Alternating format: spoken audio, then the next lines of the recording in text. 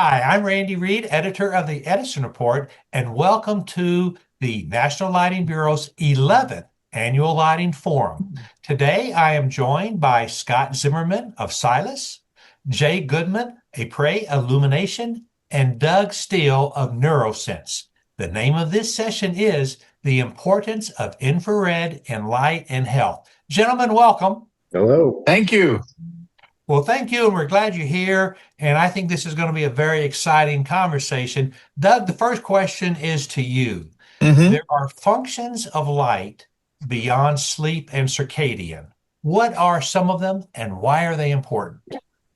Yeah, I think the field of lighting research has been dominated by work in the area of sleep and circadian regulation, particularly since we've come to appreciate the role of the non-visual pathway. And there's been, I think, excessive focus on that. And with time and a chance to reflect and further research, we now appreciate many other functions of light. So again, Scott is leading the charge into the area of near infrared light, which is another part of the spectrum. But even just with blue light, my own work, I don't focus on sleep and circadian because that's getting a lot of attention from other researchers.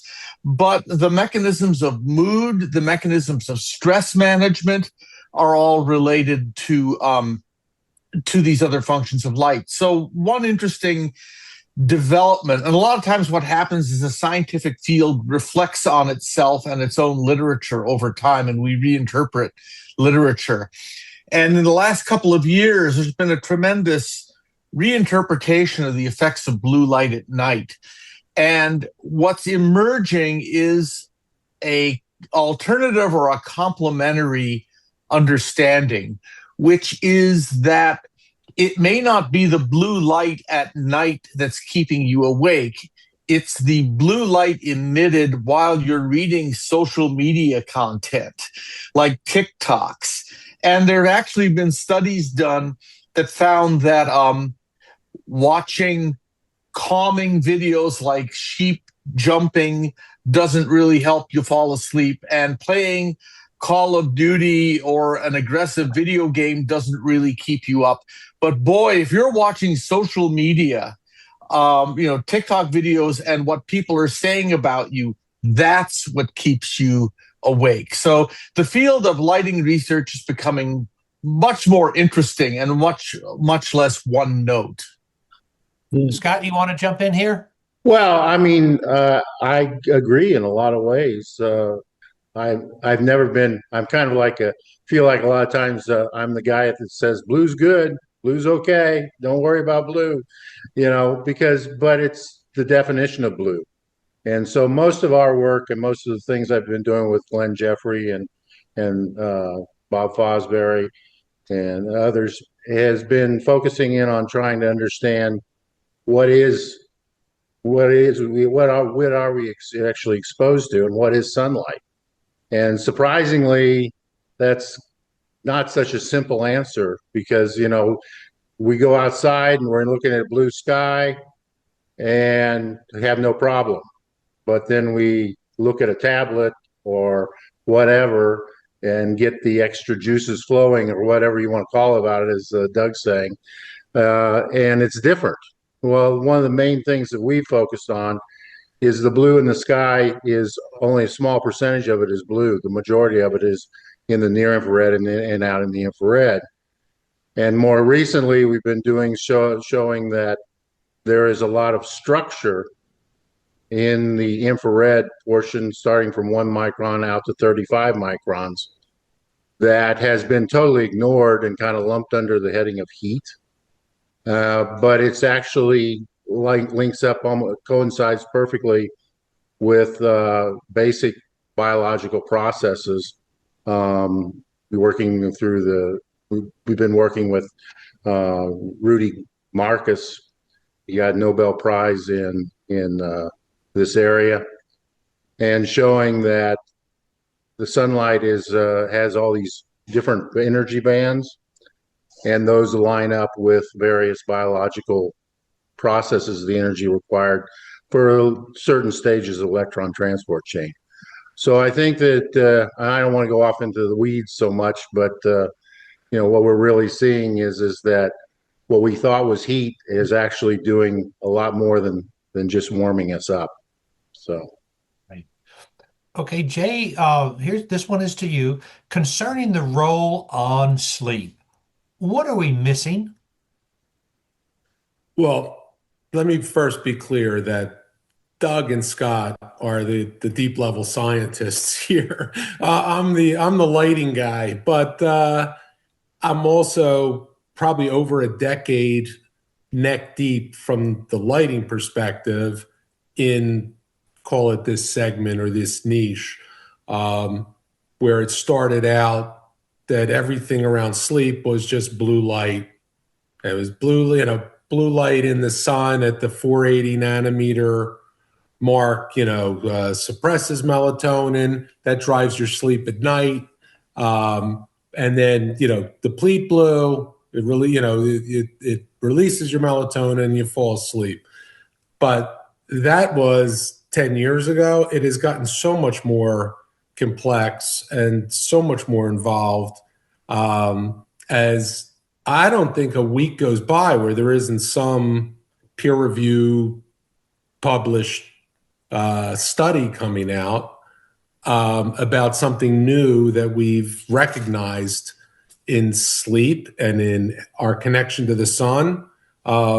So I'll tell you that from my perspective, with as far as sleep goes, I would say that sunlight in the morning in particular drives a lot of your sleep at night. But our natural state, in my opinion, is outdoor in the shaded sun. And if it's in that sunlight, we need it, whether it turns out all of the near infrared. Scott and I were talking about far infrared, and even, I don't know, what is it? Further infrared is the even further one out. And UVA, UVB, they're all impacting something biologically that I think sets us up for sleep. So where it started as, put the blue light 480 nanometer into the indoor LED, it'll help you with your sleep. I think it's gotten way more complex, but that's a good thing as we continue to learn more and more about the science. I might have just completely gone off on a tangent. If I did, No, well, apologies. I've got a question for Jay, and that is, I am a bit deeper in the weeds. I think Scott is too, in our respective areas. Yes. But we risk losing relevance to what's of interest to lighting designers, lighting specifiers. What should we be focusing on in terms of relevance and messaging that's of interest to the industry, rather than us just doing a deep dive in our own little areas and people say, well, that's impressive, but so what? You guys, without a doubt, for me in the lighting industry, the single hardest part of all of this has been, how do you take something so all-encompassing and so complex and try and articulate it to somebody, the everyday man on the street, which, right, believe me, I'm about as everyday man as it gets. How do you communicate that to the broad market? Because it's incredibly frustrating. I've tried to articulate it as basically everything with the LED proliferation, the whole LED revolution, has been driven by energy savings. Well, it turns out that indoor lighting, or lighting as a whole, is not just energy consumption, but it's biological signaling. So, we're learning more and more about that connection, and I think trying to explain or educate lighting designers and even the people occupying the spaces that, that light in the ceiling glows. It's a lot more than just reading a spreadsheet. It's telling your body an awful lot of what has to get done and what gets done. And maybe we should focus a little less on efficiency and a little bit more on the human impact and the impact it has on the people in the space. There's a Jones Lang LaSalle, JLL. They published, one of their reports a bunch of years back. They came up with a metric called the 330-300, which we used for energy saving lighting for a long time. That the three is $3 per square foot as an average for utility spend in commercial real estate. $30 a square foot is rent. $300 a square foot is the people that are occupying the space. So if you think about the billions and billions of dollars and the mayhem, and I'm as guilty of this as anybody, but you think about the mayhem and the billions of dollars spent to try and go after energy savings, that's the $3 piece of the puzzle. Can you imagine the impact if you're actually affecting people's mood, people's productivity? Imagine the impact if you could mitigate one or even a half of a sick day by lighting that. The lighting doesn't replace the sun, and it never will. And the lighting doesn't fix anything. It isn't therapeutic, but we can make the lighting a lot less bad for us than it is. It's a very good point, Jay. Now, Scott, let me ask you, what is happening to our health as we sit under these LEDs that have no infrared? Well, I think some of a great study that just got published from Glenn Jeffrey over in the UK. Glenn, Bob, and I have been working together, and he published a paper showing that it did adding a little bit of a desk lamp with the incandescent into a room that was LED lit. He was able to show within a matter of short period of time, weeks, degradation in the color contrast characteristics of the eye, or abilities of the eye, for just having LEDs alone. So what you're starting to see very clear indications, and then our work has been on the mechanisms, but you're beginning to see tests and showing that there's actually damage being done by LEDs relative to the old incandescent. And so I think we need a lot more studies in that area, but it's pretty clear that sunlight is unique, even compared to an incandescent. But and that's what we're trying to show at this point in time. So I would like to jump back real quick to circadian, and I gave you a graph there. One of the things that I think that's really a problem is that circadian, as we practice it, isn't what happens in nature. I don't go out in nature and see 480 nanometers suppressed or whatever, in the same manner that we're doing with LED lighting. And all I guess I'd say is that trying to do things in general, what's coming out of the work we're doing is trying to do things in general where you only have 400 to 700 nanometers to work with, just doesn't work. And it creates a new set of problems. And I would argue that it creates most of the circadian fixes that are out there right now are actually fixing a problem that doesn't exist if you put the full spectrum back in. So. Okay, so let's talk about products out there. Are there products out there that the consumer can easily buy that have infrared? Yes. I'll take that one because that's what we do. I mean, incandescent is been around forever, and the gripe is it doesn't last, and it doesn't. It has limited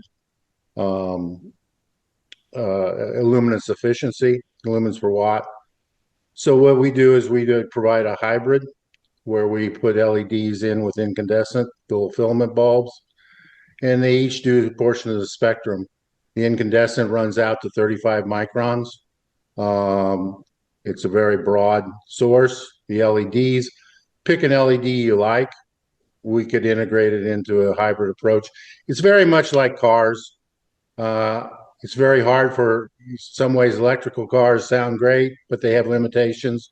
Gas cars have limitations, but hybrids give you the ability to do a lot more and do it in a more efficient manner than some of the others. I think the biggest issue right now is that we're finding that sunlight, if you actually define sunlight for what it is, it's from 280 nanometers out to 35 microns or 35,000 nanometers. And there's some very unique features once you get past 1,000 nanometers. And we're finding that the body has over millions of years adapted to take advantage of those particular bands of light energy in ways that we never understood before. So I don't know. Hey, Randy, can I jump in one sec?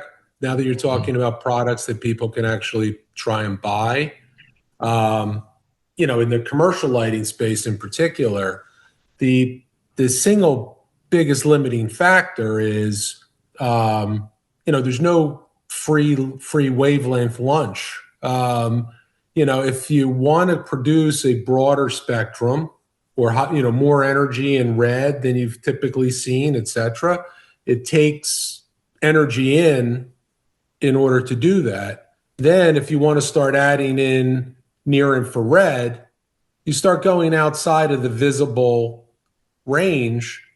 You're now using energy to produce those wavelengths, but those wavelengths produce 0 lumens because lumens is strictly a visual measurement.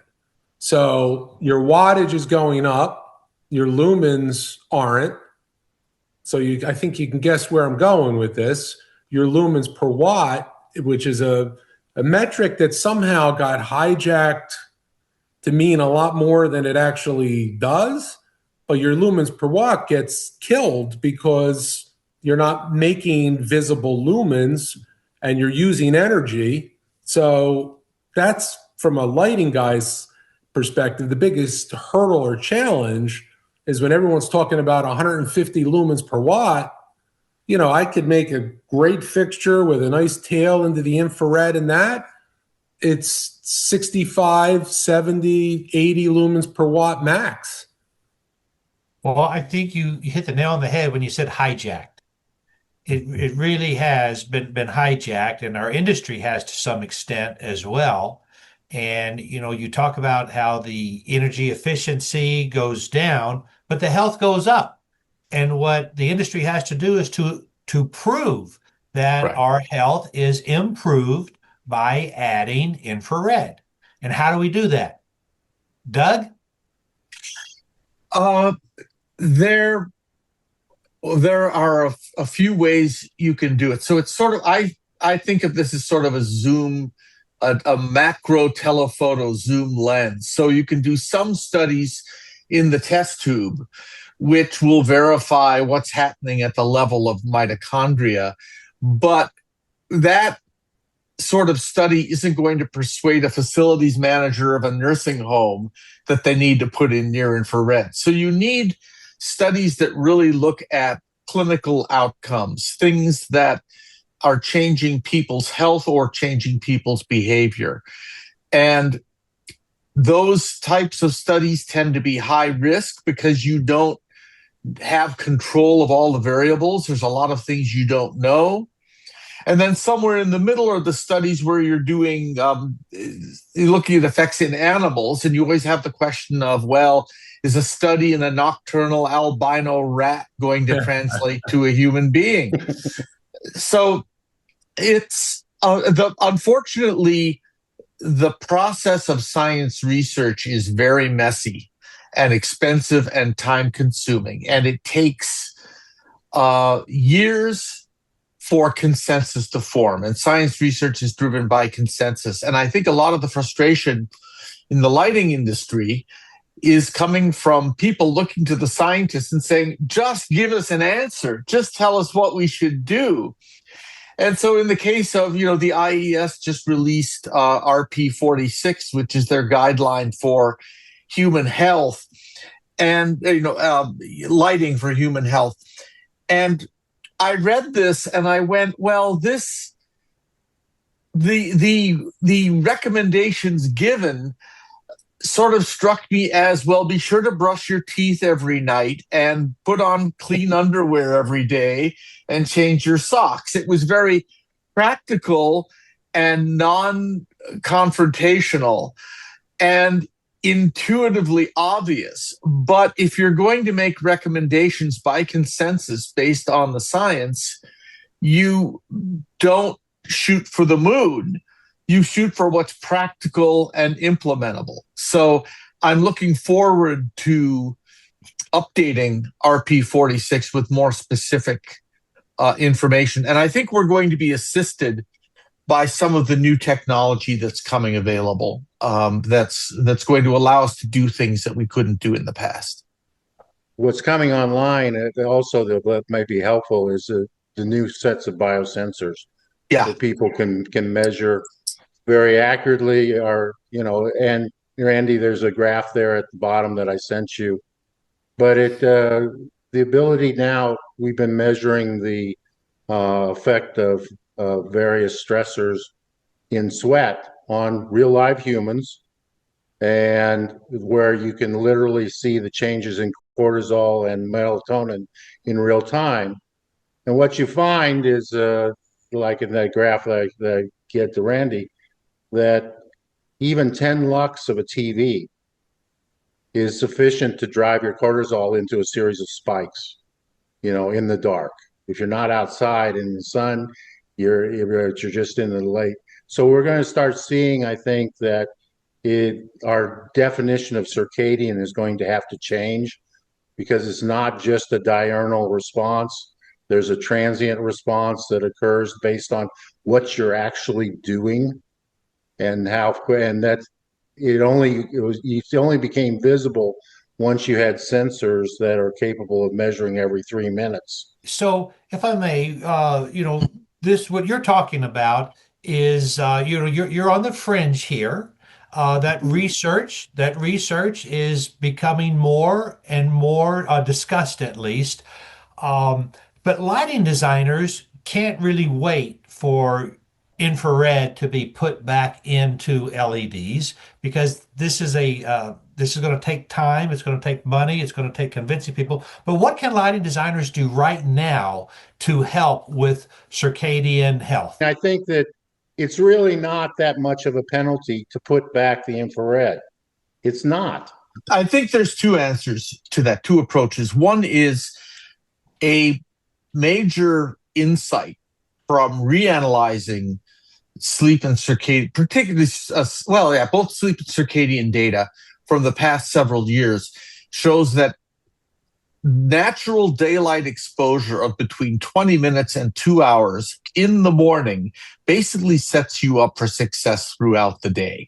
So the stupid, simple answer is get natural daylight exposure early in the day, and that will help you. It helps you. It gets you around the post-lunch dip. It prevents sundowning. It enhances sleep onset 12 hours later. Doug, I do think everyone's in agreement with that. Does it have to be natural daylight, or can you get artificial light for that 2 hours in the morning?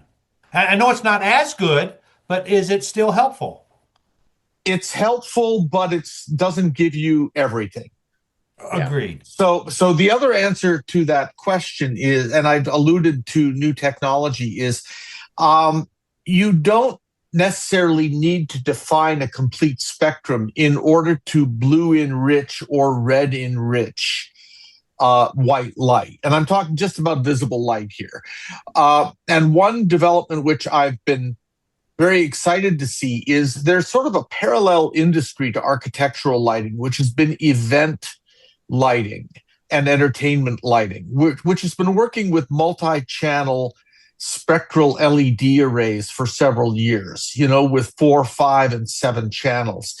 And some of those products are starting to make their way into the architectural lighting market. So I've been very encouraged to see the introduction of 5-channel, what are called RGBTW, which is red, green, blue, tunable white, which consists of a warm CCT and a cool CCT. So you can use those two to create a balance of white, but then you can goose it with a little bit of blue or a little bit of red, and that will be consciously and subconsciously perceived, and it will have an effect on your mood. Now, I'm not aware of any studies that have looked at those products in terms of circadian entrainment, but in terms of improving the user experience, I think that that's a natural next step. I think that's a tough hurdle, though. Because a 5-channel system, you're talking about an expensive, in the real world of lighting, general illumination and that, it's a very expensive system, and you've got a lot of pressure on selling prices. And the other issue is you have lumen power density requirements for spaces. Right. So it's until those lumen power densities get eased, because even if you don't want the near infrared, it takes a lot more energy to make a full balanced spectrum with a lot of red in it than it does to take it, to make one without it. So your lumens per watt's still going to go down. My particular position, based on what we've been doing, is that there isn't a real solution that doesn't cause some level of harm if you just do visible only. Now, we can debate whether or not the near infrared goes in there, and that's a much different position than what I started with. I was just trying to make a little better light. Now I've come to the conclusion that a lot of the once you start looking at the biological effects of some of the longer wavelengths, they're a protective manner that is built into the system. And if you take it away, you by definition, anything that just puts out visible only light is actually, in my opinion, harmful. And that is what is slowly happening. And I don't believe it's going to be from the lighting people. It's going to be from the architects. Because the architects are looking at this as a liability issue. They're not looking at this as a, at least the ones we've been talking to. The minute you walk in and you start saying, okay, here's what you're getting, here's the solar spectrum, here's what we provide, it's pretty obvious that it's a lot different. And I do agree with Jay, and that's why we put together the petition to the DOE to try and put in a health and wellness category that gets around, that uses the 45 lumen per watt, because you can match sunlight almost very well using 60 or 70 lumens per watt, either, depending on what you define as what's important. But, all I guess I'd say is that I don't think the lighting designers will have a choice here at some point in time, because if you get more and more of these studies that are showing damage, Jeffrey didn't show that it was better. He showed that the blue LEDs were damaging our eye. That's what he showed. And needs to have a lot more studies to go around it. But that's what the takeaway was. But I want to jump in, because I think that's the key. You said you think architects could lead this. I don't. I think architects and designers are going to be the last ones. I think it's going to be the scientists and the medical community that's going to have to convince society that visible only light is harmful. Now, once that does conclusively happen, then I see the architects and the lighting designers moving forward. Could I just just a quick point is that we've been selling for quite a while some of our bulbs. You can argue about good, better, and different, but the people that understand it the quickest are the general public. All you have to do is show them the data, show the combination, and they don't care. The idea that you're providing something that is a closer match to sunlight, that the public's already there. But the that's only my people point. that aren't there is the That's my lighting point. people. How many bulbs have you sold? 10,000? Just Well, let's Just see. I guess we're up to, yeah, we're about in that okay, so 10,000 it's range. 10,000. Our population is 300 million. I So, agree. so you're still minuscule is the point. So the general population does not understand. Maybe 10,000 people understand, but not the general population. Right.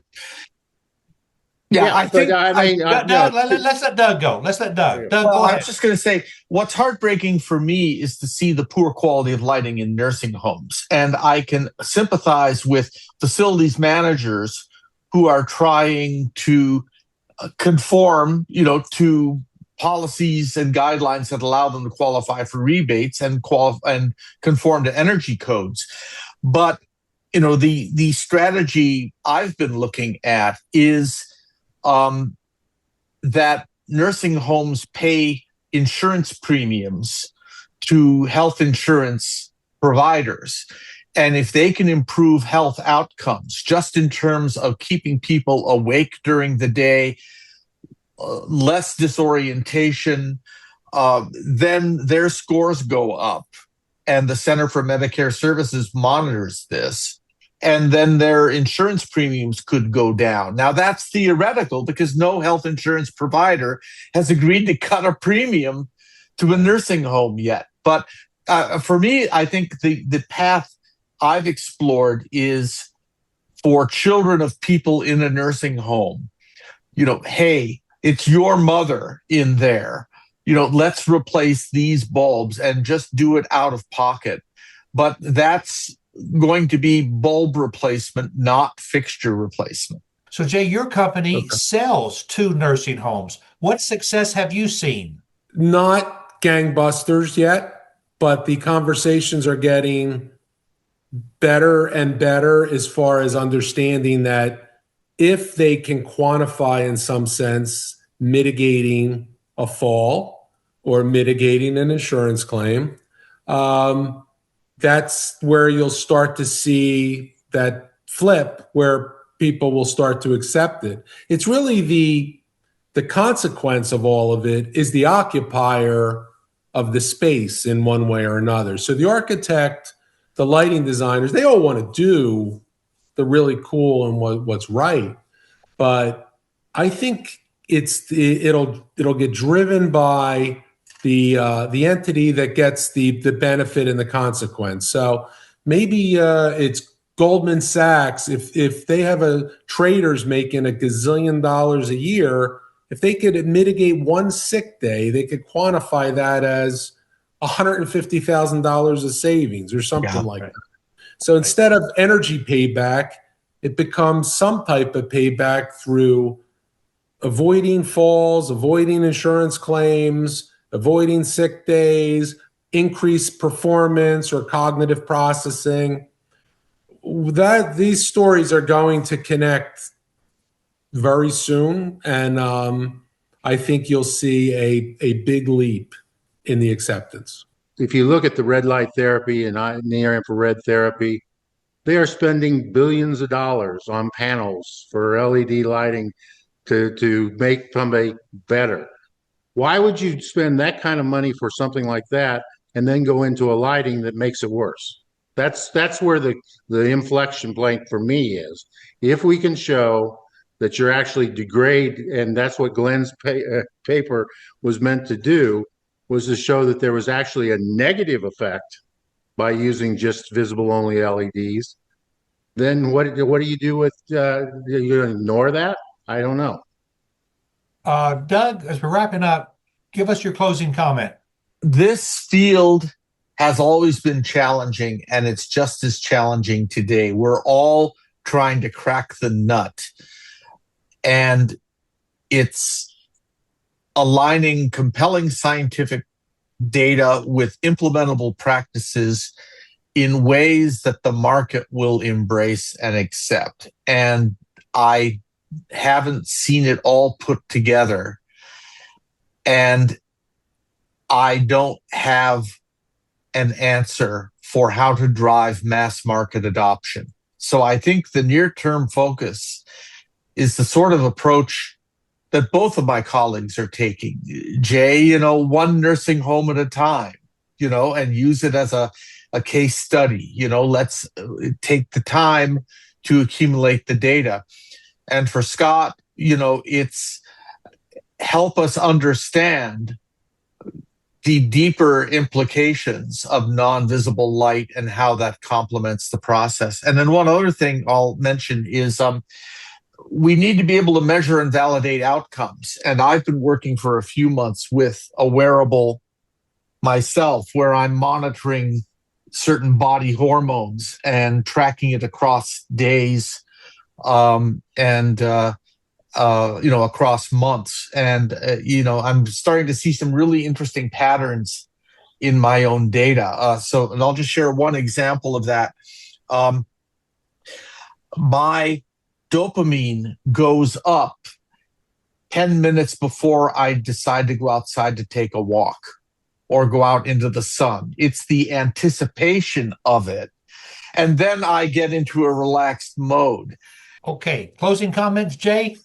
Again, I'm over a decade neck deep in this stuff. Like I said, it's gone from just blue light, whatever, to this entire discussion. Here's a great graphic somebody just posted on LinkedIn. What the sun really does. The one thing everyone hears about is vitamin D production. But meanwhile, there's actually 43 bodily systems in the list here that are affected in one way or another by whether it's UVA, blue light, a lot of talk now about green light for pain relief and that, red, near infrared, far infrared, UVB. There is just more and more. Our natural state, I am convinced, is in the shaded sun. And there's nothing we're going to do that's ever going to fully mimic that because the intensity of the sun is just the optics, everything. We won't. But we can do a lot less damage, is what I think it boils down. We won't fully mimic it, but we can still do better. Agreed? We can do a lot better. So if you look right now, if you look at light as food, okay, which it's pretty darn close to, that's how badly we need it. We're eating White Castle for breakfast, lunch, and dinner right now. We can do a lot better. Okay. Closing comments, Scott. Well, I just say that Jay's 100% right. We could do a lot better. It doesn't really cost us that much to get it. I mean, yes, is it unrealistic to do it 150 lumens per watt? But 45, 50, 60, we can put in the majority of the solar spectrum. But really, we also need to focus in on understanding what the solar spectrum really is. And it's very critical that certain wavelengths are there and certain wavelengths aren't, in my opinion. And so that's what we're basically trying to do, is get as close to match as we can and still have some reasonable efficiency and make it in a form factor that people can put into architectural. And, to Jay's point, or to, I think it was Jay, or maybe it was Doug, was saying, all we have to do is show that there's a possibility that it has some benefit as far as your health, and all the energy saving garbage or stuff associated with DOE goes out the window almost instantly. So. Okay, gentlemen, great discussion. Thank you all. Thank you. Thanks so much, Randy. Thanks, boys. Yeah.